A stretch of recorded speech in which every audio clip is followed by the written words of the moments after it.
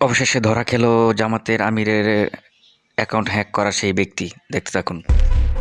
জামায়াতে ইসলামের আমির ডাক্তার শফিকুল রহমানের x account হ্যাকের ঘটনায় বঙ্গভবনের এক কর্মকর্তাকে আটক করেছে ঢাকা মহানগর গোয়েন্দা পুলিশ। আটক হওয়া মোহাম্মদ সরোয়ারে আলম বঙ্গভবনের সহকারী প্রোগ্রামার হিসেবে কর্মরত ছিলেন।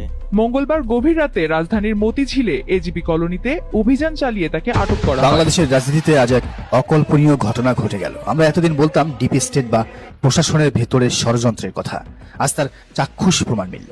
জামায়াতে ইসলামের আমির ডাক্তার হায় রে শফিকুর রহমানের বাংলাদেশ। এক্স অ্যাকাউন্ট হ্যাক করার অভিযোগে গ্রেফতার করা হয়েছে খোদ রাষ্ট্রপতির কার্যালয় বা বঙ্গভবনের আইসিটি শাখার সহকারী প্রোগ্রামার মোহাম্মদ সরওয়ারে আলমকে। ভাবা যায় দেশের সর্বোচ্চ সুরক্ষিত ভবন এখন হ্যাকিং এর কন্ট্রোল। মূলত এই বিষয় হলো বঙ্গভবনে থাকা কর্মচারী সে নিজেই নিজের মেইল আইডি থেকে বঙ্গভবনের সাবডোমেন থেকে, অর্থাৎ হ্যাকার নিজের অফিসিয়াল মেইল ব্যবহার করেই এই ক্রাইমটি করেছে। অতি আত্মবিশ্বাসী কাল হলো তার। বঙ্গভবনের আইসিটি শাখার লগ চেক করে দেখা যায় কোন কম্পিউটার থেকে ওই সময়ে মেইলটি গেছে। সেখানে ইউজার অ্যাক্সেস ট্রেল ধরে সরওয়ারে আলমকে শনাক্ত করা হয়। প্রমাণ এতটাই মজবুত ছিল যে তাকে গ্রেফতার করতে জিবিকে দ্বিতীয়বার ভাবতে হয়।